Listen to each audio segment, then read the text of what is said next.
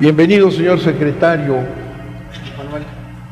Lo hemos recibido como secretario en 3 ocasiones de diferentes portafolios, pero lo cual le hace a usted uno de los secretarios más experimentados en estas comparecencias. Lo felicita a usted.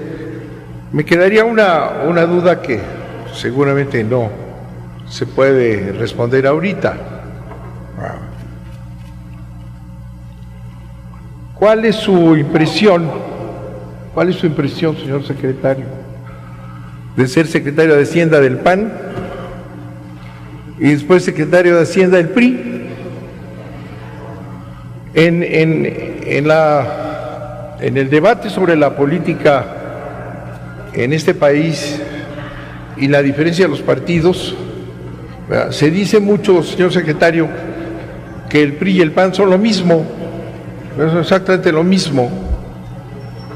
Tal vez usted nos podría decir y sacarnos de esa duda que se maneja mucho, el PRI y el PAN son la misma cosa.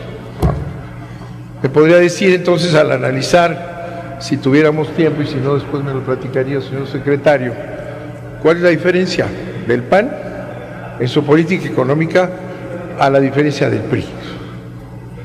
La Secretaría de Hacienda, ya en el sistema neoliberal, desde el PRI hasta la fecha, es la que conduce al país. En aquellos tiempos en los cuales alguien decía éramos felices y no nos dábamos cuenta, la política la dirigía la Secretaría de Gobernación,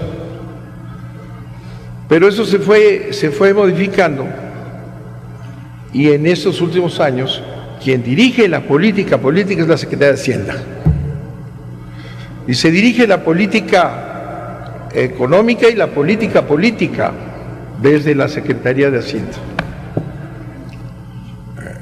Eso tiene un efecto muy importante, ¿verdad? El desplazamiento de la política y el establecimiento de una política economicista vinculada a intereses extranjeros. En consecuencia, pues podemos decir que en realidad no ha cambiado nada desde los últimos años del priismo, 12 del panismo y ahora de este neopriismo. ¿Cuál es la diferencia? Sería interesantísimo que pudiéramos conocerla, para no decir el PAN y el PRI son lo mismo. Ganan Veracruz o no ganan Veracruz, se entregan Campeche, se entregan acá, y en fin, es un peloteo que ya no sabemos quién es quién en estos arreglos electorales, y desde luego en la política económica, que es la base de la política, y la Secretaría de Hacienda, que es el mando de este país. Ese es a lo que ha accedido usted, señor secretario, al mando a través de la economía de México. La situación de nuestro país, y eso sí lo voy a excluir a usted de la responsabilidad porque acaba de entrar, nada más lo vimos cargando una cajota que le entregaron y la pasó de un lado a otro. No. Todo lo que podemos decir ahorita sobre la economía, pues no es su responsabilidad, aunque lo será a partir de hoy. Vamos a ver qué logra usted hacer en este desastre económico del país. El gobierno de Peña Nieto gobierna para la oligarquía, gobierna para los intereses económicos dominantes en México, no los intereses económicos en general. Gobierna para los intereses transnacionales, para el manejo del poder hegemónico extranjero, y en consecuencia, pues quienes crecen y a quienes les va bien son esa pequeña fracción del país.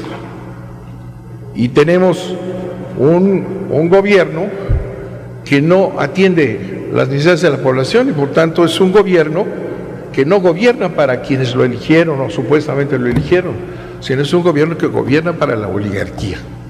Y los datos así lo reflejan. Los datos nos muestran a un gobierno de Peña Nieto dedicado a garantizar privilegios, dedicado a garantizar la penetración del capital extranjero y su hegemonía, dedicado a proteger a las grandes empresas y en un cero desarrollo, cero desarrollo. Este gobierno ha mentido a la nación una y otra vez y lo vuelve a hacer. Respecto a lo que va a crecer, dice, vamos a crecer tanto. Cuando las provisiones del crecimiento son del 3% al final, terminamos con un pobre crecimiento de 1.9 a 0, a 2%. Y una y otra vez se miente, y lo volvemos a ver otra vez en ese paquete que le entregaron, señor secretario. Se miente, no se va a crecer eso, es mentira. Está planteándose ya como una utopía, como un engaño general. Desde hace 35 años, con esta política neoliberal que se ha pasado, ese PRI neoliberal, a ese PAN neoliberal y a ese PRI neoliberal, ¿verdad? Podemos decir que, ¿verdad? El crecimiento per cápita es de menos de 1%. Es un fracaso absoluto. Sí. Todo lo que se diga es falso. Un crecimiento de 1% es lo que provoca un cero crecimiento, una distribución de la riqueza absolutamente contraria a los intereses de la nación, favorable a la oligarquía. El salario mínimo en México es el más bajo de toda Latinoamérica. Estructuralmente no podemos crecer porque no solo no se genera mercado interno. Ahorita en su intervención oímos hablar del mercado interno. Hay salarios estancados, impuestos regresivos, porque desde el gobierno no existe política industrial de desarrollo nacional, no existe. Y ahora le quitan la mitad a la Secretaría de Economía, pácatelas, no hay política industrial, pues la podían cerrar. En sus prioridades pues no está el que la economía crezca, sino que se concentre la riqueza. Esa es la política que han venido llevando. La alta concentración sin precedentes de la riqueza que han mostrado reportes como Oxfam y el del Observatorio de Salarios de la Universidad Iberoamericana es muestra inequívoca. En 1976, por ejemplo, el trabajo y el capital se repartían el ingreso nacional más o menos 50% en 50%. En 2015, el trabajo, todos los trabajadores solo tienen el 24%, todo lo demás está concentrado. Solamente el 24% se garantiza a los trabajadores. Pues ¿para quién gobiernan? Pues es evidente, se gobierna para la oligarquía nacional.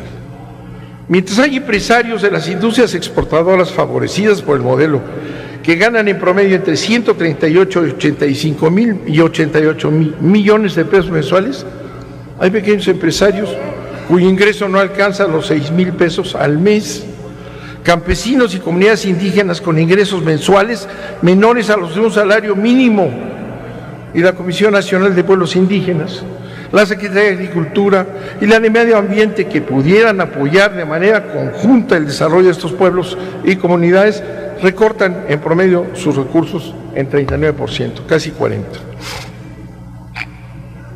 En lugar de impuestos como mecanismo redistributivo, se ha optado por impuestos regresivos, dañando a los trabajadores, pequeños y medianos empresarios, clases medias, la caída en los ingresos petroleros, que lo sabían, porque esto de que es el entorno internacional es falso. Están matando a Pemex. Si a Pemex la están liquidando, porque ese es el compromiso que estableció Peña Nieto con los intereses norteamericanos que impulsaron la reforma energética. Ese es el compromiso, es desaparecer a Pemex. Aquí está el señor secretario general, que es el encargado de ajusticiarse a sus propios trabajadores. Muy bien, bravo.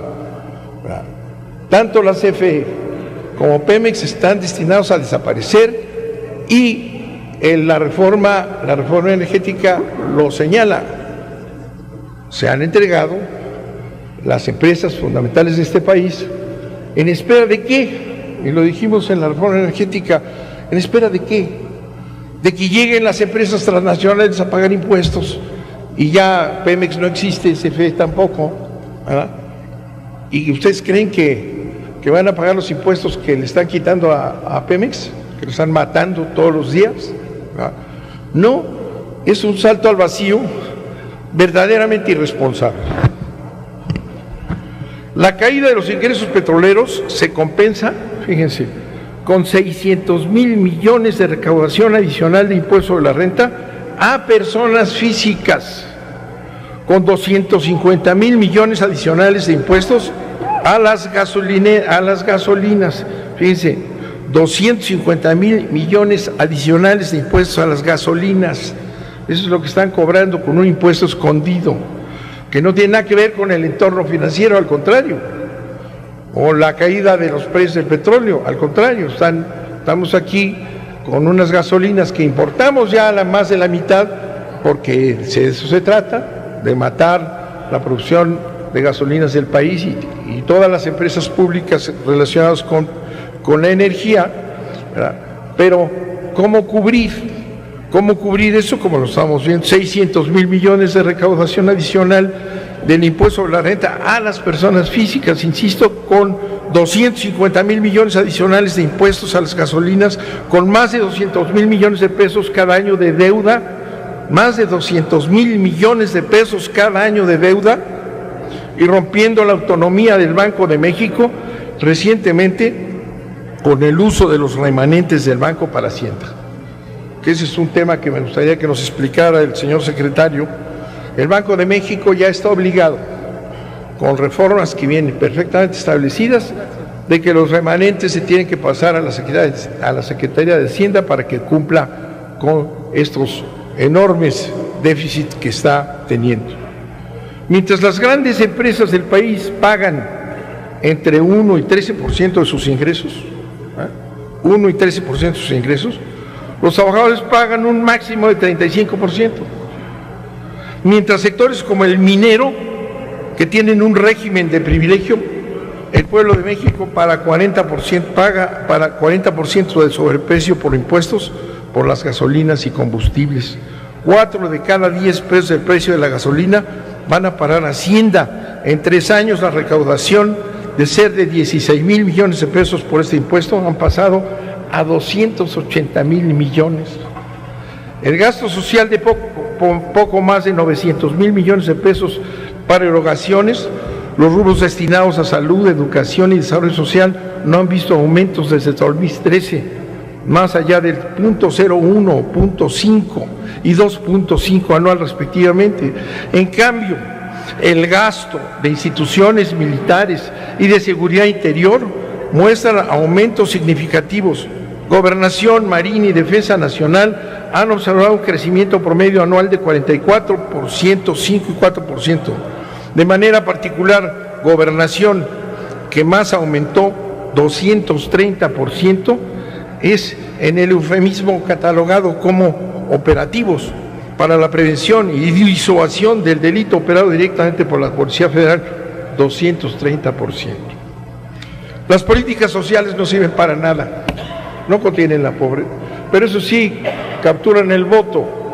Quienes estamos pendientes de lo que ocurre en el campo, trabajando en asuntos electorales y hablando con la población, sabemos que tienen pavor, ¿verdad? Pavor al gobierno, ya sea PRI o PAN, porque cambia en esta similitud de que hablábamos, pavor de que les quiten las despensas, que les quiten las miserias que les dan, lo poquísimo que logran para poder comer. Entonces, esta política social para contener la pobreza lo único que hace es contener y aprisionar y ahorcar a los pobres sometidos a esa política social que usted, señor secretario, en su recorrido por el país, señaló que no sirve. Usted hizo una crítica a esta manera de manejar un crecimiento enorme de recursos que solo sirven para comprar votos. Eso sí está funcionando bien. El terror impuesto a los pobres, a los campesinos, a las clases medias, a las clases bajas, ¿verdad? De que si se mueven a un lado, ¿verdad?, perderán esa miseria que se les dan a través de las políticas sociales para contener la pobreza. Terminando en esta limitación del tiempo que tenemos, podríamos hablar mucho más. El gobierno de Peña Nieto es un gobierno que traiciona al pueblo, no gobierna para las mayorías. El gobierno de Peña Nieto gobierna para la oligarquía. Además de la corrupción, que ya vamos a ver que seguramente el PRI va a meter a la cárcel a algunos gobernadores, y el PAN también, que los estamos esperando ya ver en su traje de carcelario, a los gobernadores que están enjuiciando el propio PAN y el PRI también. Con eso se va a acabar la corrupción. Pero el sistema que es atrabiliario, es un sistema a favor de los que más tienen. No es un gobierno que está al servicio de las mayorías. Es un gobierno que traiciona su origen, es un gobierno que está al servicio de la oligarquía, que ha permitido la penetración del capital extranjero y el sometimiento a sus dictados. Ese gobierno está en quiebra. Ese gobierno no puede más. Ese gobierno está perdido económicamente, políticamente y moralmente.